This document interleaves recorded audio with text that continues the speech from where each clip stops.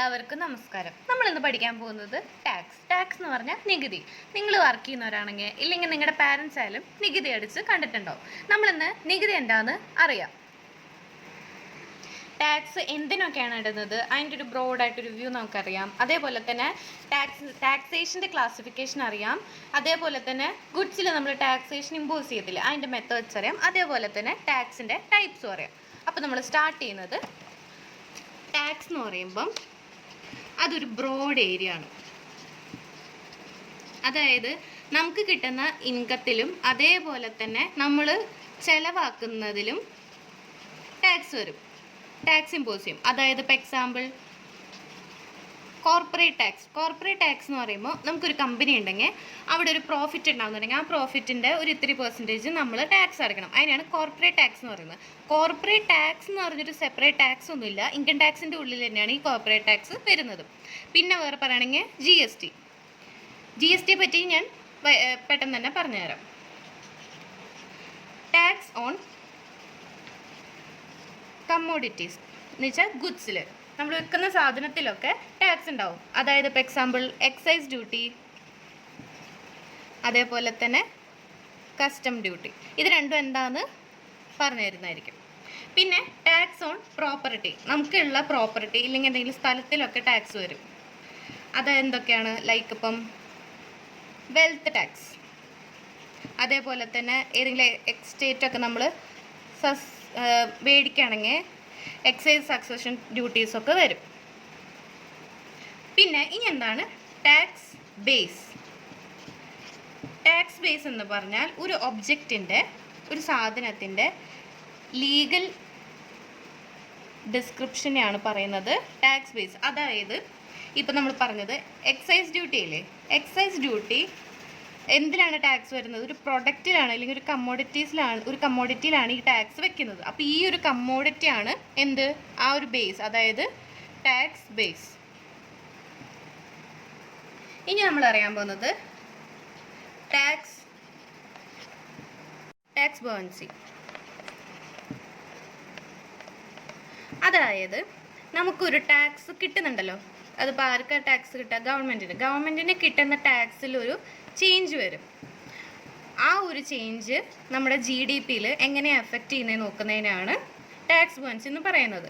ഇതിൽ ഈ ടാക്സിന് ചേഞ്ച് വരാനുള്ള കാരണം നമ്മൾ ഉണ്ടാക്കുന്ന ചേഞ്ച് ആയിരിക്കും. അതായത് ടാക്സ് റേറ്റ് നമ്മൾ ഒന്നില്ലെങ്കിൽ കൂട്ടും, അതേപോലെ തന്നെ ഇപ്പോൾ ടാക്സ് കവറേജ് എന്ന് ഉദ്ദേശിക്കുന്നത് ഇപ്പോൾ ഒരു ടാക്സ് ആദ്യം ഒരു 100 പേര് ആ ഭാഗത്ത് അടച്ചിരുന്നത്, ഇപ്പോൾ നമുക്ക് കുറച്ച് പേരും കൂടി ജോലി കിട്ടി, അപ്പോൾ അവരും കൂടി ടാക്സ് അടച്ചു, അങ്ങനെ അതിൻ്റെ ഒരു കവറേജ് കൂടാന്ന് പറയില്ലേ.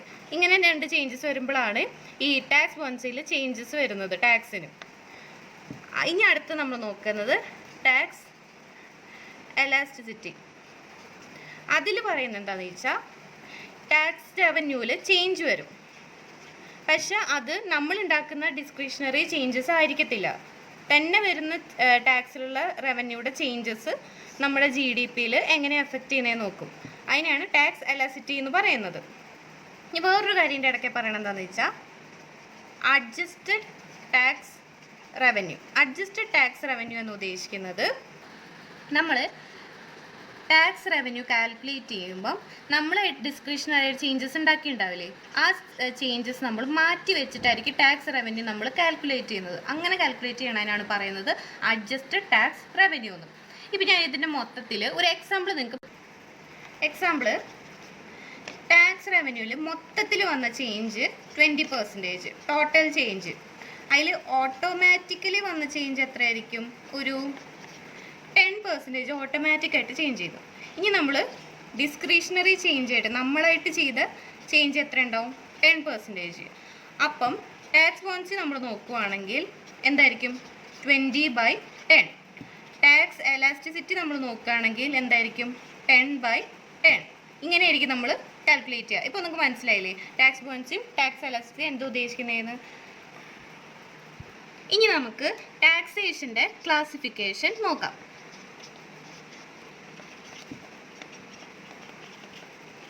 ടാക്സേഷന് 3 ക്ലാസിഫിക്കേഷനാണ് വരുന്നത്. ഒന്ന് പ്രൊപ്പോർഷണൽ ടാക്സേഷൻ, രണ്ടാമത് പ്രോഗ്രസീവ് ടാക്സേഷൻ.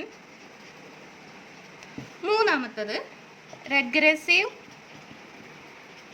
ടാക്സേഷൻ. ഇനി നമുക്കിത് എന്താണെന്ന് നോക്കാം. പ്രോഗ്രസീവ് ടാക്സേഷൻ എന്ന് പറഞ്ഞാൽ ഇപ്പോൾ ഒരു എക്സാമ്പിൾ ഞാൻ പറയാം.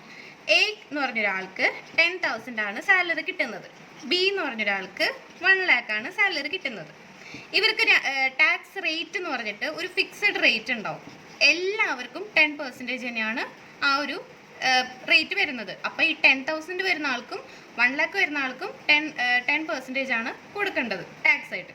ഇനി പ്രോഗ്രസീവ് എന്ന് പറയുകയാണെങ്കിൽ ഇപ്പം 10,000 ഉള്ള ആൾ 10% അടയ്ക്കണമെന്നുണ്ടെങ്കിൽ 1 lakh എന്ന് പറയുമ്പോൾ ഇൻക്രീസ് ആണല്ലോ, ആ കാശ് ഇൻക്രീസ് അനുസരിച്ച് റേറ്റും കൂടും. അയാൾക്ക് ഇപ്പം 20% ആയിരിക്കും. അതെന്തിനു വേണ്ടിയിട്ടാണ്? എക്കണോമിക്കൽ ഇക്വാലിറ്റി എൻഷുവർ ചെയ്യാൻ വേണ്ടിയിട്ടാണ് ഇങ്ങനെ ചെയ്യുന്നത്. അല്ലെങ്കിൽ ഇപ്പം എന്തുണ്ടാവും, ഇപ്പം 10,000-നാണ് ഈ 10 റേറ്റ് കൂടുതൽ എഫക്റ്റ് ചെയ്യുന്നത്. 1 lakh ഉള്ള ആൾക്ക് 10% എന്ന് പറഞ്ഞാൽ ചെറുതായിരിക്കും. പക്ഷേ 10,000 കിട്ടുന്ന ആൾക്ക് 10% എന്ന് പറഞ്ഞാൽ ഭയങ്കര കൂടുതലായിരിക്കും. അപ്പോൾ ആ ഒരു ഇൻഇക്വാലിറ്റി നമ്മൾ ശരിയാക്കുന്നത് പ്രോഗ്രസീവ് ടാക്സേഷനിലാണ്.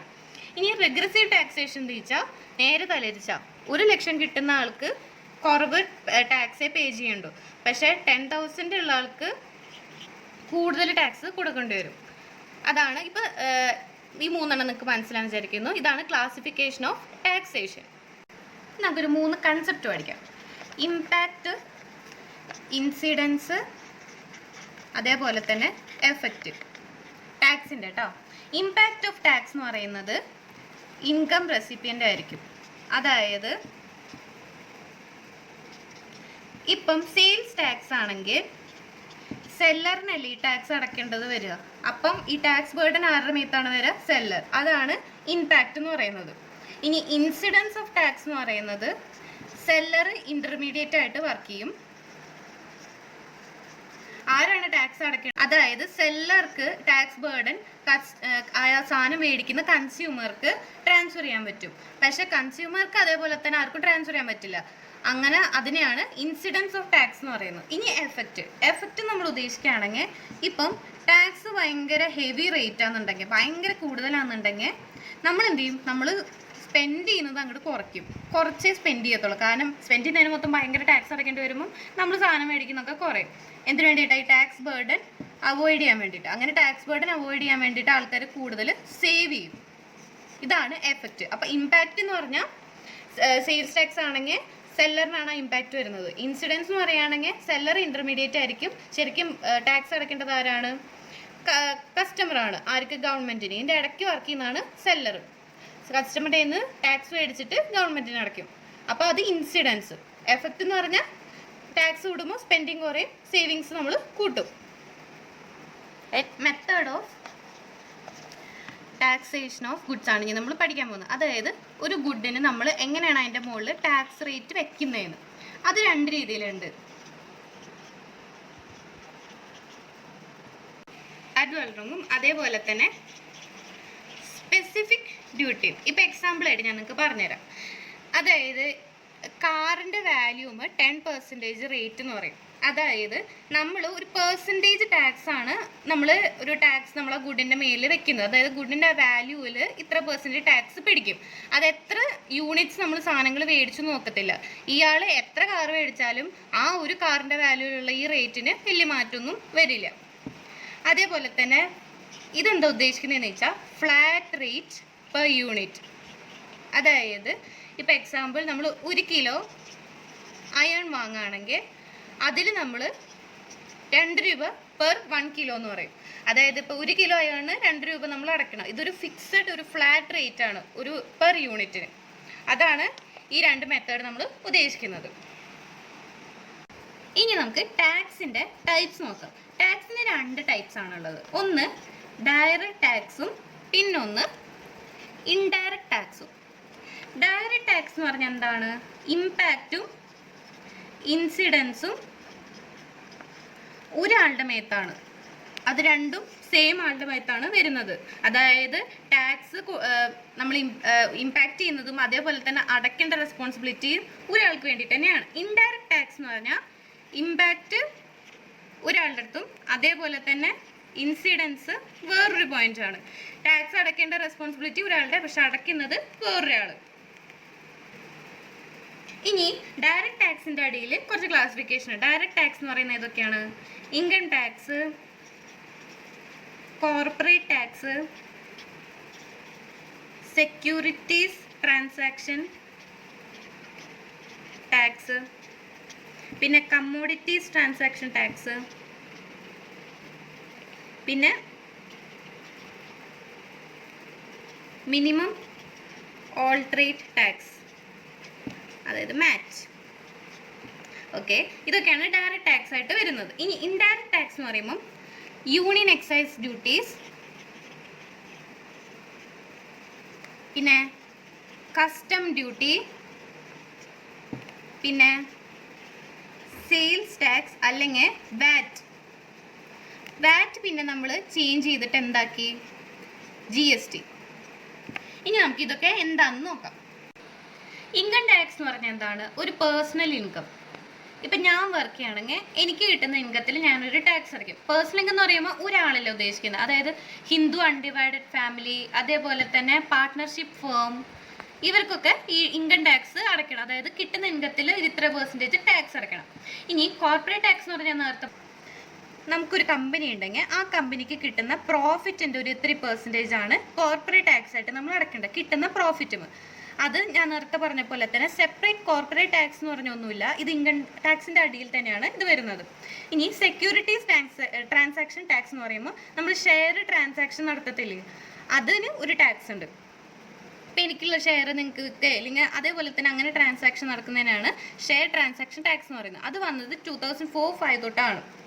പിന്നെ കമ്മോഡിറ്റീസ് ട്രാൻസാക്ഷൻ ടാക്സ് എന്ന് പറയുന്നത് കമ്മോഡിറ്റീസ് സെയിൽ ചെയ്യുമ്പോൾ അതിന് ഒരു ഇത്ര % ടാക്സ് ഉണ്ട്. അത് വന്നത് എപ്പോൾ തൊട്ടാണ്? 2013 തൊട്ട് 14 വരെൻ്റെ ഇടയ്ക്കാണ്. ഇനി മാറ്റ്, മിനിമം ഓൾട്ടർനേറ്റ് ടാക്സ്. അതായത് ഒരു കമ്പനി ടാക്സ് അടയ്ക്കാണ്ട് എസ്കേപ്പ് ചെയ്യും. എസ്കേപ്പ് ചെയ്യാന്ന് പറഞ്ഞാൽ ടാക്സ് അടയ്ക്കാണ്ടിരിക്കാൻ വേണ്ടി കുറേ എക്സെപ്ഷൻസ് ഉണ്ടല്ലോ. അതായത് ഇപ്പോൾ കാറിന് ലോൺ ഉണ്ടെങ്കിൽ, ഇല്ലെങ്കിൽ ഇത്ര ആൾക്കാർ വീട്ടിലുണ്ടെങ്കിൽ, അങ്ങനെ കുറേയൊക്കെ പറഞ്ഞ് നമുക്ക് ടാക്സിൽ നിന്ന് എസ്കേപ്പ് ചെയ്യാൻ പറ്റും. അങ്ങനെ എസ്കേപ്പ് ചെയ്തിട്ട് നമ്മൾ വെരി ലോ ടാക്സ് ആയിരിക്കും അടയ്ക്കുന്നുണ്ടാവുക. ടാക്സ് അടയ്ക്കുന്നത് ഭയങ്കര കുറവായിരിക്കും. അതിനാണ് എന്ത് പറയുക? സീറോ ടാക്സ് കമ്പനീസ് എന്ന് പറയുന്നത്. ഇനി ഇത് നേരത്തെ പറഞ്ഞ മറ്റേ കോർപ്പറേറ്റ് ടാക്സ് പോലെ തന്നെ മാറ്റ് ഒരു സെപ്പറേറ്റ് ടാക്സ് അല്ല, ഇതും ഇൻകം ടാക്സിൻ്റെ അടിയിൽ വരുന്നത് തന്നെയാണ്. ഇതിൽ നമുക്ക് നോക്കുകയാണെങ്കിൽ 1996-97 ഒക്കെ ആയപ്പം എല്ലാ ഡിഡക്ഷനും കഴിഞ്ഞിട്ട് 30%-നേക്കാൾ കുറവാണ് ടാക്സ് അടച്ചിരുന്നത്. 30% എന്ന് പറയുമ്പോൾ നമ്മുടെ ബുക്കിൽ എഴുതുന്ന പ്രോഫിറ്റ്, കമ്പനിക്ക് ശരിക്കും കിട്ടിയ പ്രോഫിറ്റിൻ്റെ 30%-ന് അടിയിൽ വരെയാണ് ടാക്സ് അടച്ചുകൊണ്ടിരുന്നത്. അപ്പോഴാണ് നമ്മൾ ഈ മിനിമം ഓൾട്ടറേറ്റ് ടാക്സ്, അതായത് ഒരു മിനിമം ടാക്സ് പേയബിൾ ആക്കി വെച്ചത് കമ്പനീസിനൊക്കെ. ഈ മിനിമം ടാക്സ് എല്ലാവരും അടച്ചേ പറ്റൂ. അതേപോലെ തന്നെ ഈ സെയിം കൈൻഡ് നമ്മളിപ്പോൾ കമ്പനി അല്ലാണ്ട് കൊമേഴ്ഷ്യൽ എസ്റ്റാബ്ലിഷ്മെൻറ്റ്സ് ഒക്കെ ഉണ്ടാവുമല്ലോ, അവർ ഇതേപോലെ ചെയ്യുകയാണെങ്കിൽ അവർക്ക് ഇതേപോലെ തന്നെ ടാക്സ്, മിനിമം ടാക്സ് ഇമ്പോസ് ചെയ്യും. അതിനെ പറയുന്നതാണ് എന്ത്? ഓൾട്ടർനേറ്റ് മിനിമം ടാക്സ്, അതായത് AMT.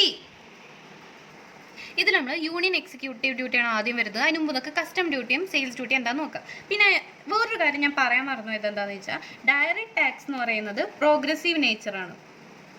അതേപോലെ തന്നെ ഇൻഡയറക്റ്റ് എന്ന് പറയുന്നത് ഏത് നേച്ചറാണ്? അത് റിഗ്രസീവ് നേച്ചറാണ്. ഇനി നമുക്ക് ഇതെന്താണെന്ന് നോക്കാം. കസ്റ്റം ഡ്യൂട്ടി എന്ന് പറഞ്ഞാൽ നമ്മൾ ഇമ്പോർട്ട് ആൻഡ് എക്സ്പോർട്ട് ചെയ്യത്തില്ലേ ഓരോ ഗുഡ്സ്, അതിന് നമ്മൾ കുറച്ച് ഡ്യൂട്ടി ഇമ്പോസ് ചെയ്യും. അതിനെയാണ് കസ്റ്റം ഡ്യൂട്ടി എന്ന് പറയുന്നത്. സെയിൽസ് ഡ്യൂട്ടി എന്ന് പറയുകയാണെങ്കിൽ tax on sale of goods. എന്തെങ്കിലും സാധനം നമ്മൾ വിൽക്കുകയാണെങ്കിൽ അതിൽ വെക്കുന്നതാണ് ഈ സെയിൽ ഓഫ് ഗുഡ്സ്. അതിൽ ഇത്ര % വാല്യൂ ആഡ് ഉണ്ടാവും. അതായത് ഇപ്പം ഞാൻ പ്രൊഡ്യൂസ് ചെയ്യുന്ന സാധനം വേറൊരാൾക്ക് കൊടുക്കുകയാണെങ്കിൽ ആൾ ഇത്രയും കൂടി % ടാക്സ് വെക്കും. അത് കഴിഞ്ഞ് ആൾ വേറൊരാൾക്ക് കൊടുക്കുമ്പോൾ അയാൾ ഇത്തിരി % അവസാനം റീറ്റെയിലിൽ എത്തുന്ന വരെ വാല്യൂ ആഡ് ചെയ്തുകൊണ്ടിരിക്കും. അങ്ങനെ ഇതിനെയാണ് വാറ്റ് എന്ന് പറയുന്നത്. പക്ഷേ ഈ വാറ്റ് നമ്മൾ GST ആയിട്ട് റീപ്ലേസ് ചെയ്തു. ഇപ്പോൾ വാറ്റ് ആകെ ഇമ്പോസ് ചെയ്യുന്നത് പെട്രോളിനും ഡീസലിനും മാത്രമാണ്. ബാക്കിയെല്ലാം GST ആയിട്ട് റീപ്ലേസ് ചെയ്തു. GST കൊണ്ടുവന്ന എന്തിനാണെന്ന് വെച്ചാൽ എല്ലാത്തിനും, എല്ലാ ഗുഡ്സ് ആൻഡ് സർവീസിനും ഒരു യൂണിഫോം ടാക്സ് വരാനാണ്. ഫുൾ കൺട്രിയിൽ ഒരു യൂണിഫോം ടാക്സ് ആയിരിക്കും എല്ലാ ഗുഡ്സ് ആൻഡ് സർവീസിനും ഉണ്ടാവുക. GST പറ്റി ഞാൻ ഡീറ്റെയിൽ ആയിട്ട് അടുത്ത ക്ലാസ്സിൽ പറഞ്ഞുതരാം. ഇനിയിപ്പോൾ നമ്മൾ എന്താ നോക്കേണ്ടത്? ഇനിയിപ്പോൾ നമ്മൾ നോക്കാനുള്ളത് യൂണിയൻ എക്സിക്യൂട്ടീവ് ഡ്യൂട്ടി.